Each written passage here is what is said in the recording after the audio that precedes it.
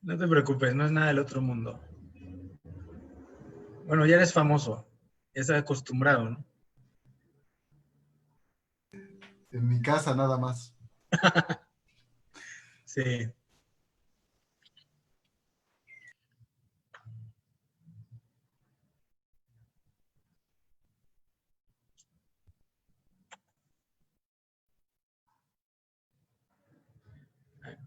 Bueno. Hola, buenos días. ¿Qué tal? Mi nombre es Emanuel Gómez Martínez. Soy profesor de la Universidad Autónoma de Chapingo y tengo el gusto de transmitir esta videoconferencia. Estamos en un curso de sistematización de experiencias de soberanía alimentaria con base agroecológica. Y el día de hoy vamos a contar con un invitado muy especial que es el doctor Miguel Ángel Escalona. Bueno, Miguel Ángel, yo lo conocí hace, pues, ¿qué serán? 7 años, cuando tomé este curso con él. Entonces, es muy interesante para mí y es muy, muy grato poder invitarlo a que nos exponga esta metodología. Esta metodología, pues en parte, pues es el trabajo que Eduardo Sevilla Guzmán ha implementado desde hace muchos años, desde la Universidad Internacional de Andalucía y desde Córdoba, Argentina. Entonces, bueno, pues el curso de repente se volvió internacional y ahora lo estamos tratando de adaptar a la dinámica y metodología que tenemos en Chapingo, en el posgrado en desarrollo rural regional. Y bueno, en estas condiciones de pandemia lo abrimos totalmente virtual y pues tenemos un público de varios estados de la República, entre estudiantes de posgrado y también activistas de organizaciones sociales. Y de manera especial tenemos algunos invitados, bueno, no invitados, sino parte del curso, que están trabajando en sus países de origen, en diversos países de Sudamérica y de Centroamérica. Entonces, bueno, pues este curso está abierto y es para todos.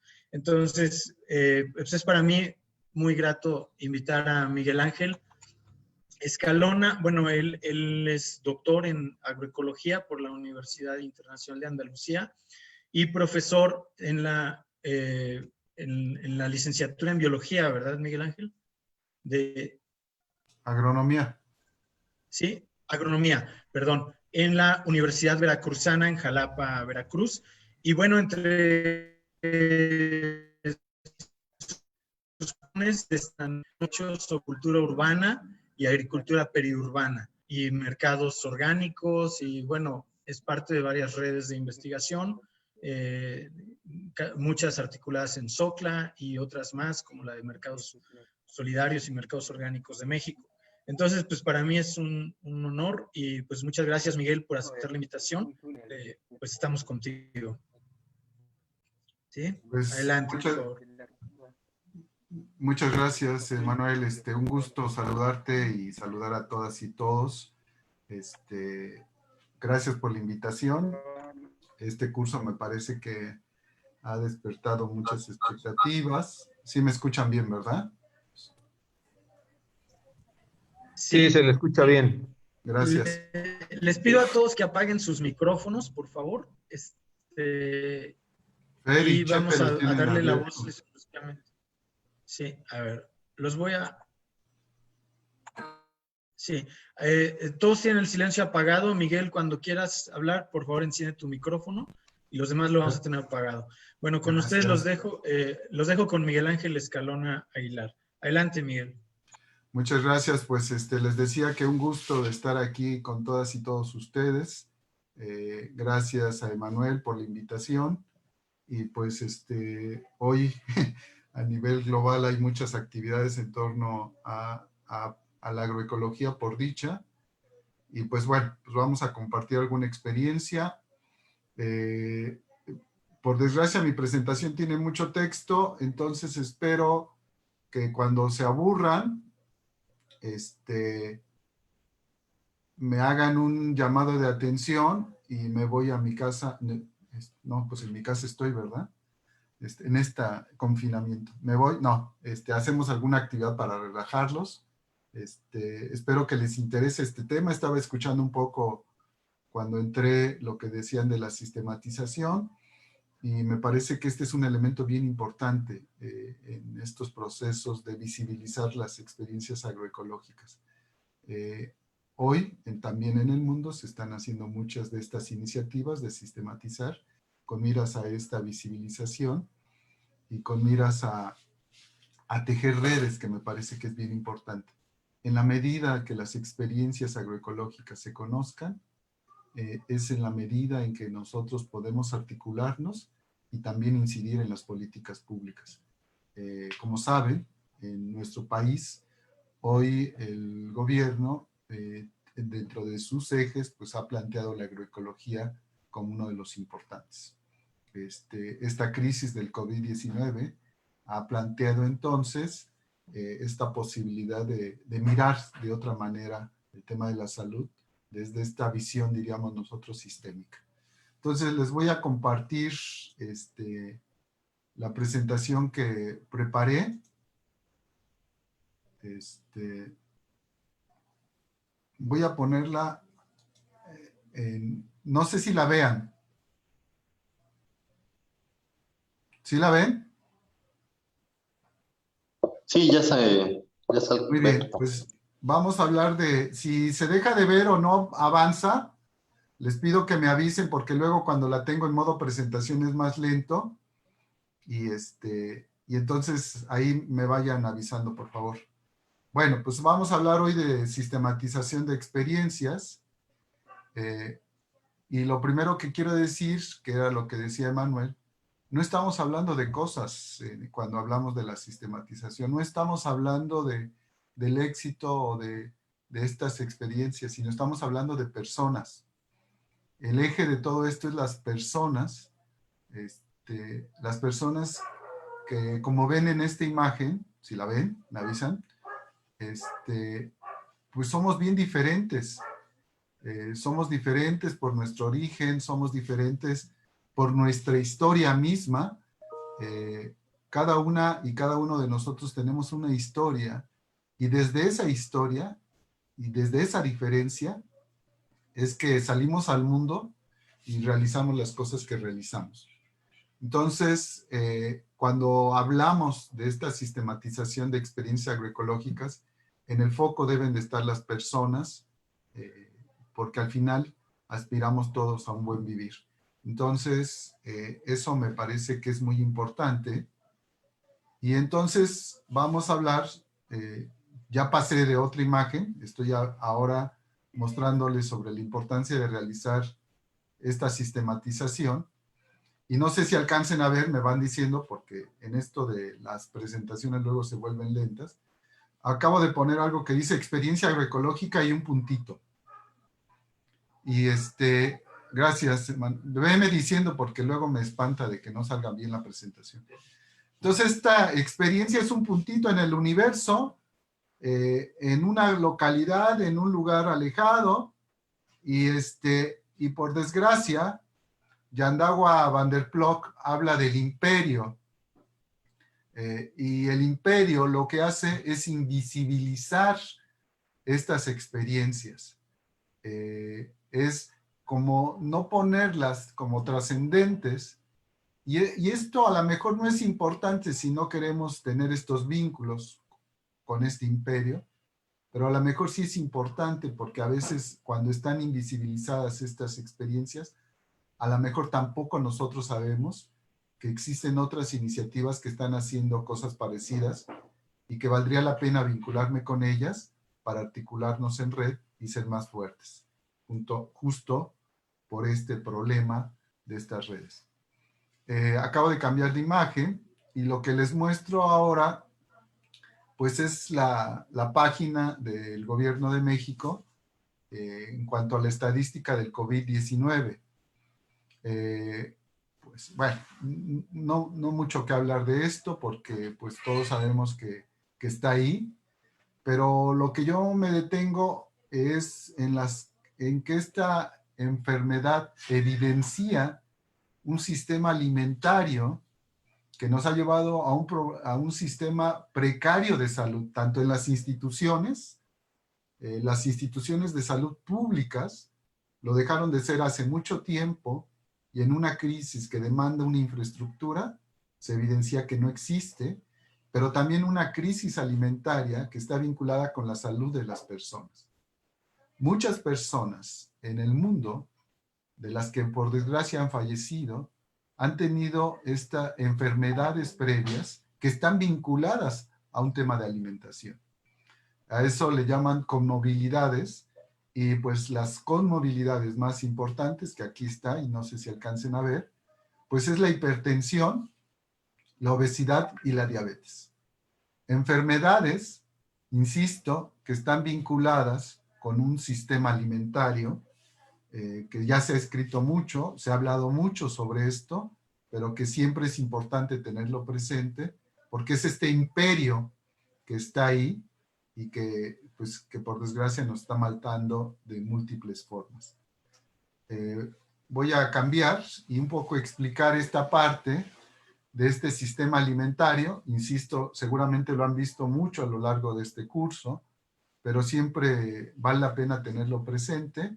Un sistema agroalimentario industrializado que tiene como eje la parte económica y que ha quitado la diversidad biológica, la diversidad cultural, la libertad de elegir lo que yo quiero cultivar, que ha limitado las tierras, más bien las ha expropiado las tierras de múltiples formas, ha degradado los recursos, etcétera, etcétera, y que este sistema se expresa hoy, este sistema agroalimentario industrializado, en un sistema alimentario industrializado, en donde la comida procesada, ultraprocesada, pues está a la orden del día.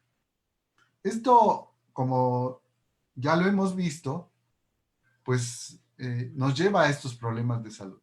A estos problemas de salud como la obesidad, el sobrepeso, la diabetes, la hipertensión, que está ahí. Entonces, esta enfermedad del COVID-19 no la tenemos que ver como una circunstancia aleatoria, como una circunstancia, un castigo divino, en fin, tantas cosas, sino como una consecuencia de un modelo económico, que, insisto, evidencia que los sistemas de salud de muchos de nuestros países, incluso de los países europeos, asiáticos, de los países del mundo, estos sistemas que se fueron privatizando poco a poco, pues son factores que han estado limitando esta posibilidad. Permítanme tantito, un momentito, por favor.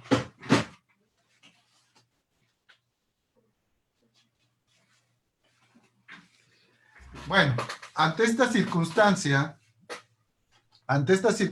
autores como Toledo dicen, y Boaventura Sousa dos Santos señala, que emergen siempre estrategias contra el neoliberalismo.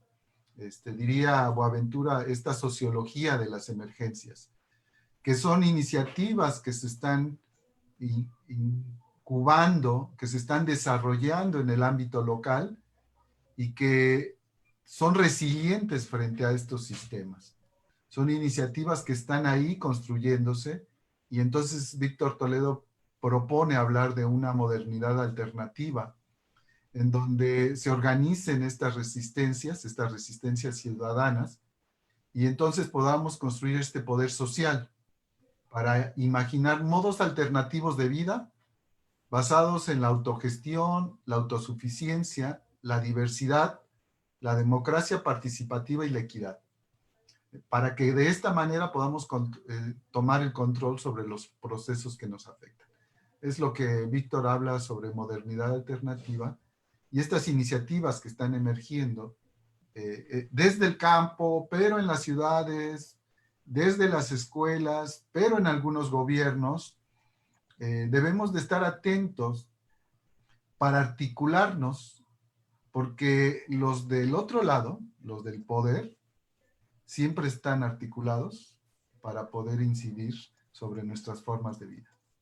Podemos estar o no estar de acuerdo en muchas cosas de las que nos planteamos desde una perspectiva teórica o desde nuestros principios, etcétera, etcétera, pero sí es bien importante que nos vinculemos, nos conozcamos y tratemos de articularnos en red, para que desde ahí podamos ir construyendo estos procesos. Entonces, la idea es cómo visibilizar esto que está ahí, no para tener pues, como esta experiencia bonita, que nos emociona y, ¡ay, qué bonito! Y ya somos felices, sino para imaginar procesos sobre los cuales tenemos que seguir tejiendo. Y entonces, aquí me gustaría insistir mucho en esta parte que les voy a compartir ahora, sobre los posibles caminos de la sistematización. Y yo lo que sugiero cuando estemos en este ejercicio de sistematización es que leamos lo que escribimos, porque a veces pues, nos gana, y eso pues, tiene que ver muchas veces desde dónde vengo y cómo hago las cosas, pero a veces hacemos estos procesos de sistematización de información, y que simplemente hace referencia a tomar, ordenar, clasificar datos y generar informes. Incluso dentro de la agroecología puede ser que ocurra. Yo voy a una experiencia que aparentemente es exitosa, digo, pues qué padre, qué bonita, voy a hablar con la gente, saco la información y luego la reporto como la experiencia maravillosa. Entonces, ya generé mis categorías, ya construí mis bases de datos, la organicé, etcétera, y ya la publico y ya acredité el curso de agroecología u otras cosas. Entonces, esa es una mirada. Y la otra mirada, proponemos llamarle sistematización participativa. Y es como esta invitación desde la agroecología que nos parece importante. Es tratar de ir más allá de esta sistematización de datos. Se trata de mirar entonces las experiencias como procesos históricos, y esto es bien importante, porque no nacieron ayer. Y en estos procesos históricos están dificultades, están vicisitudes y están logros. Entonces, no son procesos simples, por lo tanto, no los podemos ver linealmente. Son procesos complejos en los que intervienen múltiples actores, se realizan en un contexto económico y social particular y en un momento institucional de la cual formamos parte. No es lo mismo nuestro país hace 20 años, hace 10 años y ahora. A eso le llamamos un momento institucional en el cual, querramos o no, formamos parte de él. Estemos adentro o afuera, formamos parte de él.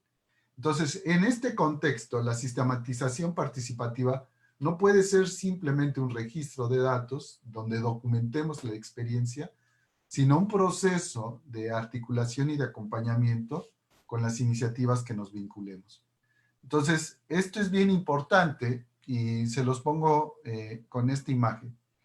Tradicionalmente, lo que vemos es que hay un agente externo, que es el que estudia, y hay un agente interno de la comunidad o de la experiencia que se vuelve el objeto de estudio. Esto es lo que tradicionalmente hacemos. Y entonces, en estas dos categorías que yo les he propuesto sobre sistematización, hablaríamos de la primera, de la sistematización de información. ¡Ay, qué bonita experiencia! ¡Qué didáctica, etcétera! A ver, cuénteme todo, y ahí voy anotando.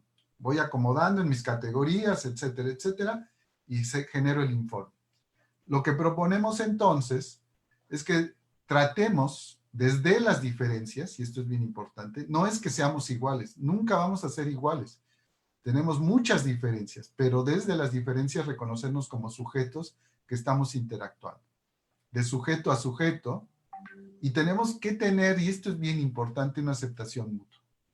Y por eso siempre que hacemos un ejercicio de sistematización, debemos de conocer los objetivos, ambas partes, mis objetivos y los objetivos, por qué es que le interesaría a esa iniciativa estar en un proceso de sistematización. Cuando los objetivos de ambas partes coinciden, entonces le hablamos esta aceptación mutua. Y a esto es lo que proponemos hablar entonces de esta sistematización participativa. Y entonces eso lo hacemos desde este enfoque teórico-metodológico de la agroecología, desde ir construyendo estos procesos participativos, esta co-construcción de este proceso de sistematización, porque muchas veces las organizaciones, las instituciones, las iniciativas, las experiencias, están en múltiples actividades, en un ritmo acelerado, y a lo mejor no han tenido el tiempo de hacer una sistematización, de sentarse a ver en qué proceso están, y una mirada externa, una mirada de acompañamiento, una mirada que contribuya, ayuda mucho a estos ejercicios de hacer estas pausas y de abonar. Entonces, la idea de esta sistematización participativa desde este enfoque metodológico de la agroecología es justo profundizar en el conocimiento sobre la realidad de las organizaciones o de los grupos, a partir de reflexionar y repensar, por ejemplo, el tema de la soberanía alimentaria desde los propios actores.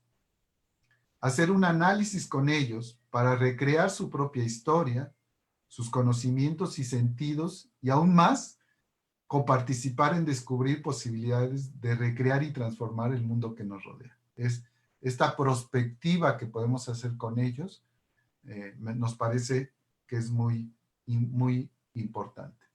Entonces, al final, la idea de la sistematización tendría que ver con aprender colectivamente para fortalecer procesos de transición agroecológica hacia la soberanía alimentaria.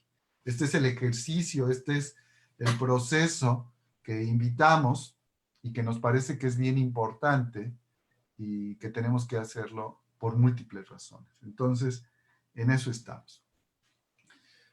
Si pensamos en un punto de partida, entonces tenemos que reflexionar, y a veces queremos ser tan puristas y con esto excluimos, que estamos hablando de experiencias en transición agroecológica. Las experiencias exitosas que a veces etiquetamos y que se vuelven emblemáticas son importantes, pero también las experiencias que están en transición. Y las tenemos que ver desde esta base productiva, desde una dimensión sociopolítica y a una escala local. Entonces, no solo queremos trabajar con los casos más exitosos o estos faros agroecológicos, sino que todas las experiencias son, en cierto modo, graduales e incompletas. Eso lo tenemos que asumir. Nosotros planteamos el enfoque de la agroecología desde 3 dimensiones, desde una dimensión técnico-productiva, desde una dimensión socioeconómica y desde una dimensión sociopolítica. Y desde esta perspectiva y desde esta mirada del género, y también desde este enfoque de integralidad y complejidad. Y esto nos lleva a un enfoque sistémico. No podemos ver la cosa sin ver el todo. Y no podemos ver el todo si no nos acercamos a una cuestión puntual. Entonces, para que esto pueda ocurrir, entonces tenemos que usar metodologías participativas, tanto que nos permitan este autoanálisis, esta revisión de los aprendizajes, estos retos que tenemos para seguir caminando. Entonces, ese sería como desde esta parte. Un recordatorio, recordemos que la agroecología entonces plantea como base el estudio de los agroecosistemas, y en los agroecosistemas tenemos tanto la parte humana, que yo tendría que quitar aquí recursos, tenemos el componente humano y el componente natural, que están interactuando de manera permanente. Esta interacción definen entonces la estructura y función del agroecosistema. Un monocultivo de soya transgénica tiene una relación humana y natural distinta a una milpa. Entonces, estas relaciones, desde esta perspectiva humana y natural, están definidas en todos los agroecosistemas. No puede estar, si no sería un ecosistema. Y estas relaciones son muy importantes. Entonces, Víctor Toledo propone hablar de un medio natural y de un medio social que están en constante interacción y en donde están los elementos étnicos, los elementos religiosos, los elementos políticos y económicos, pero también los recursos naturales interactuando con ello. Y a esto proponen llamarle otros autores como matriz comunitaria. Y dicen que hay una coevolución social y ecológica y que cualquier sistema agrario entonces es producto de estas relaciones entre las personas, los seres humanos y la naturaleza. Piensen en cualquier agroecosistema y está esto. Estas relaciones, esta lucha de contrarios que está permanentemente ahí presente y que esa es la mirada que planteamos de estos agroecosistemas. No solo en la parte de la producción, sino es la parte de estas relaciones entre este medio natural y este medio social. Espero que estén viendo el esquema. Entonces dice Lev, el objetivo pues desde esta perspectiva es que la agroecología busca contribuir a la construcción de un nuevo paradigma productivo que muestre la posibilidad de generar un modo de producción basado en el potencial ecológico, tecnológico de la naturaleza y de la cultura. Eso es lo que plantea Lev en esta parte de la agroecología y que me parece que es bien importante. Estamos pensando en una nueva forma de co-construir conocimiento desde estas relaciones que se dan entre este medio natural y este medio social que nos plantea la agroecología. Y desde esta perspectiva es que planteamos entonces 3 dimensiones.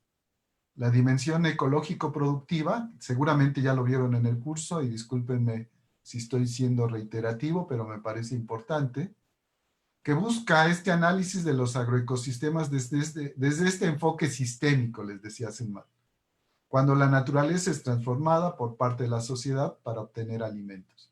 Es esta dimensión. Y ahí hay un montón de innovaciones, hay un montón de relaciones, etcétera, etcétera. Pero también está esta dimensión socioeconómica y cultural que plantea que debemos de reconocer, por un lado, el conocimiento local, diríamos endógeno, generado como el producto de la interacción del hombre con el agroecosistema. Y por eso este esquema anterior. Y hablaríamos entonces de 3 partes: la naturaleza, la producción y la cultura. Nosotros somos, en lo que comemos, reflejo de esta coevolución entre este medio natural y social. Pero la otra dimensión, y esta es muy importante, es la sociopolítica. Porque propone entonces esta dimensión desde esta mirada de la agroecología que plantea Eduardo Sevilla y que cultivamos muchas personas, propone entonces recuperar el espacio colectivo como lugar de génesis y reflexión. Es en la colectividad, en la poder conversar, co-construir estos procesos, en donde podemos imaginar esta dinámica de la agroecología. Lo que buscamos entonces es la formación de redes, ya que juegan un papel fundamental en todo el proceso productivo, recuperando el valor de uso sobre el valor de cambio. Las semillas no son una mercancía, son un bien común. Y hoy, por ejemplo, aquí en México, que se quiere reformar la ley de variedades vegetales, le están dando este giro y convierten a las semillas como una mercancía que puede tener derechos de obtentor y que es como una patente y que criminaliza, por ejemplo, el intercambio de semillas y que en muchos países está ocurriendo de esto. Entonces la idea es cómo recuperamos este sentido del valor de uso sobre el valor de cambio. Y esto lo planteamos desde esta dimensión sociopolítica. Entonces, dice Cuellar, Mamen, se trata entonces de promover la construcción de relaciones de producción, distribución y consumo basadas en la justicia, en la cooperación, la reciprocidad y el apoyo mutuo. Y a esto, Cuellar propone llamar cambio social agroecológico. Entonces, la idea es cómo construimos este cambio social agroecológico y cómo articulamos todo este proceso. Por eso es importante la sistematización, por eso es importante generar estas informaciones, no para documentarlas y tenerlas como un reporte, sino para visibilizarlas y construir y articular trabajo en red. Entonces, la agroecología nos plantea tener este enfoque sistémico de los procesos y dice que tendríamos que analizar las partes sin perder la visión del todo, desde estas tres dimensiones que planteamos de la agroecología. Si quisiéramos plantear algunos objetivos sobre la sistematización, podríamos decir que uno de estos objetivos es acompañar, lo que les decía hace un momento, este autoanálisis, esta forma de vernos desde afuera, desde otras miradas, es promover la facilitación de procesos, el fortalecimiento de capacidades y prácticas, este autoanálisis, esta cultura política como para estarlo expresando y visibilizando, descubrir y compartir aprendizajes, tanto al interior como hacia afuera, y visibilidad política de estos procesos. Entonces, son múltiples objetivos y que yo les pediría, por favor, que no los tengamos o no los perdamos de vista, porque a veces nos vamos con que yo quiero saber cuál es el rendimiento que tiene la parcela agroecológica que producen las comunidades, bla, bla, bla. Está bien, pero ¿para qué? ¿Y con qué sentido? Entonces, ese es un poco este tema de los objetivos. Entonces, los procesos de sistematización, de esta manera, se convierten en un proceso de construcción colectiva de conocimiento. Y esto es bien importante. Nosotros estamos contribuyendo a que esta construcción colectiva de conocimiento ocurra. Porque, insisto, a veces las organizaciones están en tantas cosas que no siempre tienen tiempo para hacerlo, a veces no tienen recursos, y que alguien llegue y que diga que quiera acompañar este proceso de sistematización, siempre es importante. ¿Por qué? Porque nos permite entonces, de manera interactiva, entre las y los participantes, desde sus vivencias, desde sus prácticas, estar en un contexto determinado. Porque nos permite identificar qué factores intervienen en la experiencia y que nos lleven a pensar en qué está teniendo más peso o no estas dinámicas, estas relaciones, y ya ustedes pueden ir imaginando las metodologías. Considera las subjetividades y esto es bien importante. No es nada más cuántos kilos de maíz tengo, sino por qué es que yo tengo mi milpa. ¿Por qué es que para mí es sagrado tener? ¿Por qué es que cultivo semillas de colores? Están implícitos los deseos, la estética, el placer, como formas de conocimiento y de apropiación de la realidad. Entonces, no solo es esta parte técnico-productiva, sino son todas estas imaginarios que están alrededor del proceso productivo. No es el mismo maíz el que se usa para la tortilla que para un atole o para un guiso. Aquí en donde yo vivo, no es el mismo atole y no es la misma masa y no es el mismo maíz para ir a enterrar a una persona que para ir a comprometerse en matrimonio otras personas. No es lo mismo tener camas cuadradas de cultivo como en las ciudades se tienen a veces, que tener un espacio biodiverso, porque es parte del gozo cuando yo llego a verlo. Entonces, estas visiones distintas es las que tenemos que tener los ojos abiertos para que esto ocurra. Entonces, porque hay entonces diferentes perspectivas a este acercamiento a la realidad y a la experiencia. Miradas relativas, entonces incluye miradas, hay que incluir miradas en vez de excluirlas.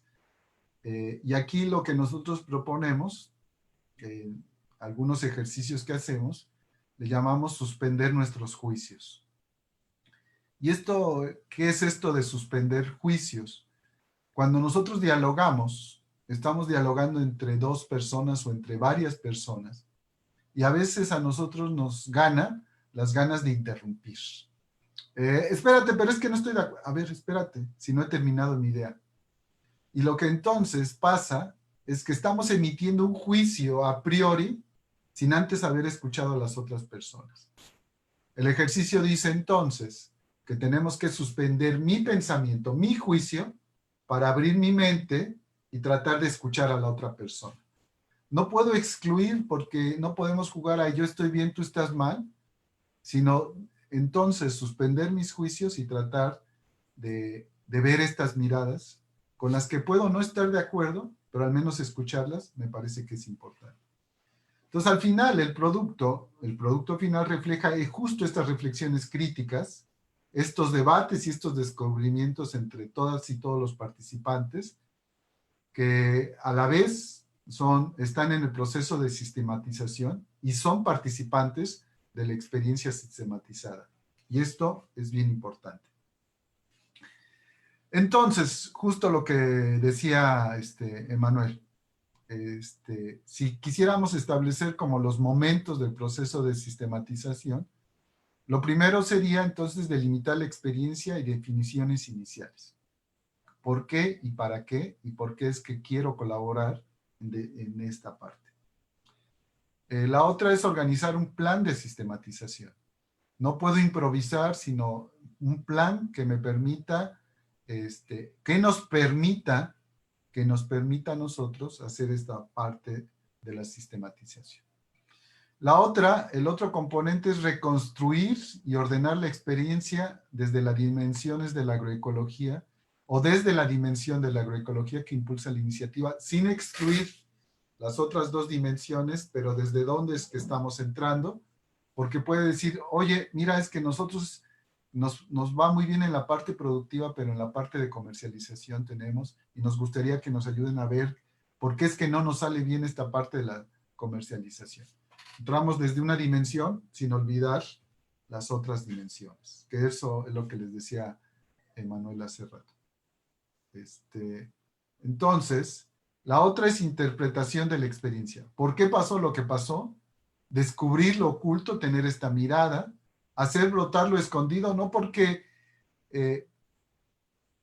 pueda ser no conveniente, es que no lo tengamos que hacer evidente, sino justo porque está ahí, hay que abrir los espacios que piden hacer, que están ahí y que pueden ayudar mucho a la iniciativa que estamos acompañando. Y los aprendizajes y las conclusiones que alimenta esta nueva práctica. Entonces ya, si quisiéramos hablar de metodologías entonces y de procesos, tendríamos que pensar que tenemos que promover la participación en las distintas fases de la experiencia, con grupos de investigación, acción participativa. Esto es bien importante. No soy yo el que hace la sistematización. Somos la experiencia, la iniciativa y yo que acompaño esta sistematización. Y por eso es importante hacer un grupo de investigación, acción participativa.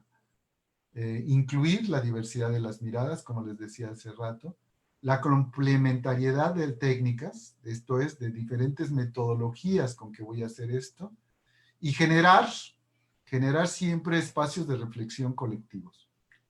Generar documentos de síntesis, devoluciones intermedias, devoluciones por ejes, cosas que nos llaman la atención, sin saturar de reuniones, pero sí devolviendo de manera paulatina los hallazgos, porque también nos ayudan a recibir una retroalimentación.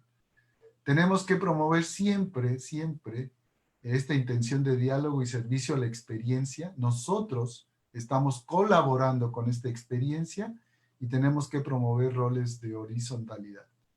Muchas veces la forma en que llegamos, la forma en que nos paramos, la forma en que intervenimos, marca una diferencia, una separación, y no es que tengamos que hablar la misma lengua, pero sí es que tenemos que tratar de armonizar nuestras formas de estar en el lugar. y con esto entrar al fortalecimiento de estas capacidades internas, a entrar con estas técnicas y esta visión de esta cultura política, porque muchas organizaciones con las que nos vinculamos ya tienen una cultura política y una visión muy clara de lo que quieren y lo que están haciendo. Entonces, esta sería una primera parte. Otra parte es tener una voluntad de acompañamiento. No es porque sea un trabajo de curso, no es porque sea algo que debo de cumplir, sino porque verdaderamente me nace, porque verdaderamente quiero aprender y porque puedo contribuir con este aprendizaje y este deseo de colaborar.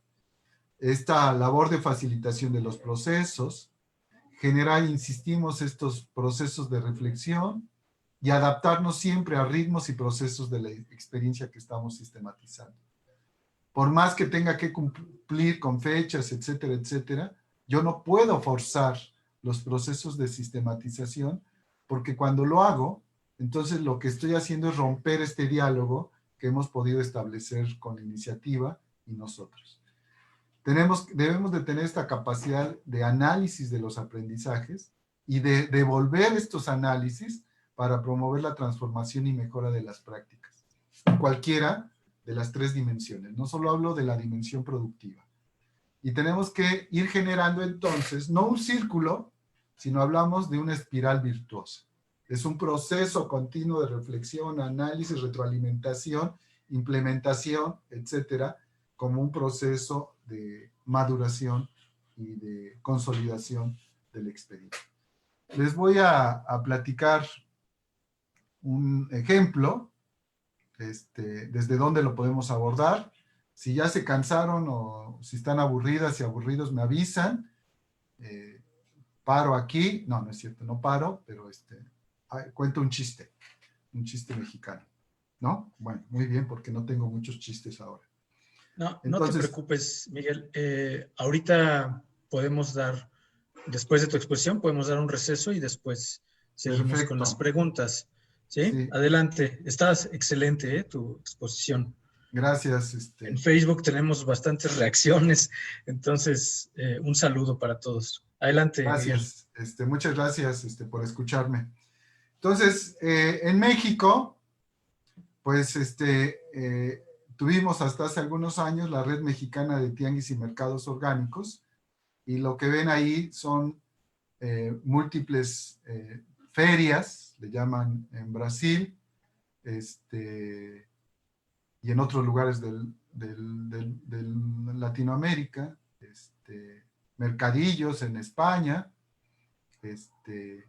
bueno, pues aquí en México les llamamos tianguis y mercados orgánicos. Aún siguen los tianguis y los mercados orgánicos, están creciendo mucho.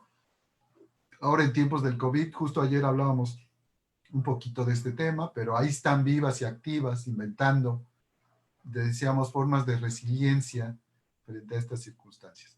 Bueno, si yo quisiera analizar, trabajar, que es parte de estos ejercicios con esta iniciativa, pues yo podría entrar de múltiples maneras. Puedo entrar desde cómo perciben los consumidores, puedo entrar desde cuál es la mirada de los productores, y entonces, desde estas miradas, cómo hacer la sistematización de experiencias. Son dos cosas distintas de la misma iniciativa. Son dos procesos que quiero ver y contribuir a que estos mercados locales se consoliden. Entonces, si lo vemos desde la parte de los consumidores, pues los consumidores siempre tienen la inquietud de saber si verdaderamente los alimentos que están adquiriendo es lo que dicen que son. Entonces, hay algo que ha emergido a nivel latinoamericano que le llamamos sistemas participativos de garantía.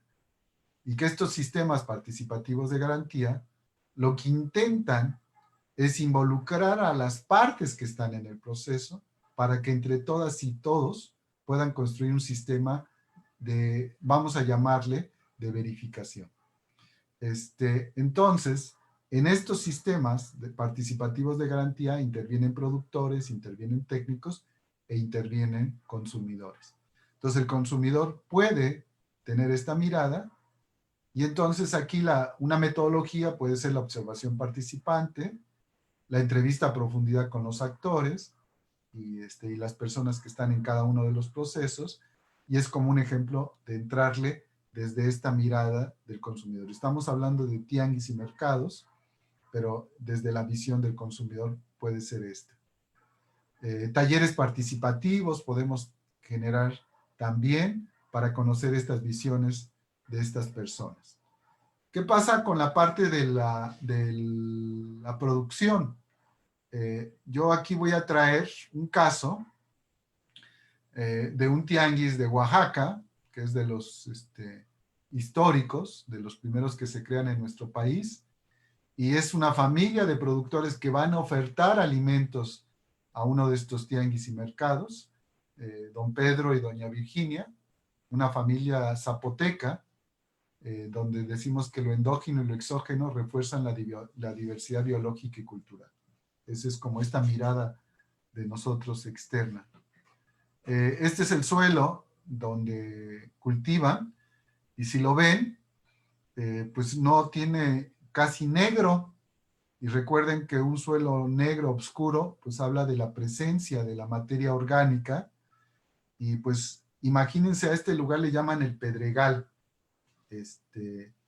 Entonces la familia de don Pedro y doña Virginia se incorporan a un proceso de permacultura, empiezan a elaborar curvas a nivel, como se ve aquí en el esquema, y empiezan a diversificar y a generar suelo en un lugar donde no hay suelo. Y entonces diversifican actividades, tienen milpa, tienen trazo de curvas a nivel, tienen una yunta, donde está integrado este componente animal y vegetal, tienen una olla para captación de agua de lluvia, letrinas secas, incorporan frutales, flores de corte, una presa de ferrocemento, hasta un invernadero, que a veces pareciera que es un elemento que puede ser ajeno, pero está, barreras vivas, y hacen su compost. Entonces, ¿desde qué mirada estamos analizando y sistematizando esta experiencia? Y entonces, nuevamente, está la dimensión técnico-productiva aquí bien evidente, pero también está la visión o la parte cultural de la familia. Es un trabajo en familia, pero también estamos viendo cómo se integra a un sistema de comercialización en donde se favorecen este tipo de iniciativas, en donde la diversidad es bien vista, porque lo que queremos es una canasta para que yo pueda consumir, y entonces en donde se generan estos vínculos. Entonces, cuando yo sistematizo estas experiencias, no solo lo tendría que sistematizar desde esta visión técnico-productiva, sino desde las otras dos dimensiones que siempre están interactuando y muy vivas y muy activas. Entonces, podemos aquí, cuantificar la agrobiodiversidad. Ya se bloqueó mi máquina. Y eso es malo, porque me voy a quedar aquí un ratote. Ya ni, a ver, esperen. ¡Uy! ¡Qué emoción! No te angusties, podemos ir a un recesito. Sí, gracias. Saludos, Olga. Hola, Miguel. Déjenme ver si avanza esta cosita.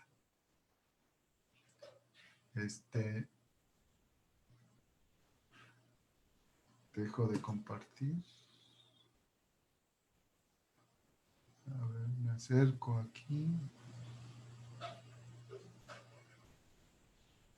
Es que se bloqueó la presentación.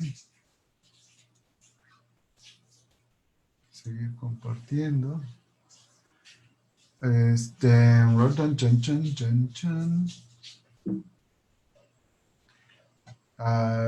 Pues vamos a hacer un receso de 2 días.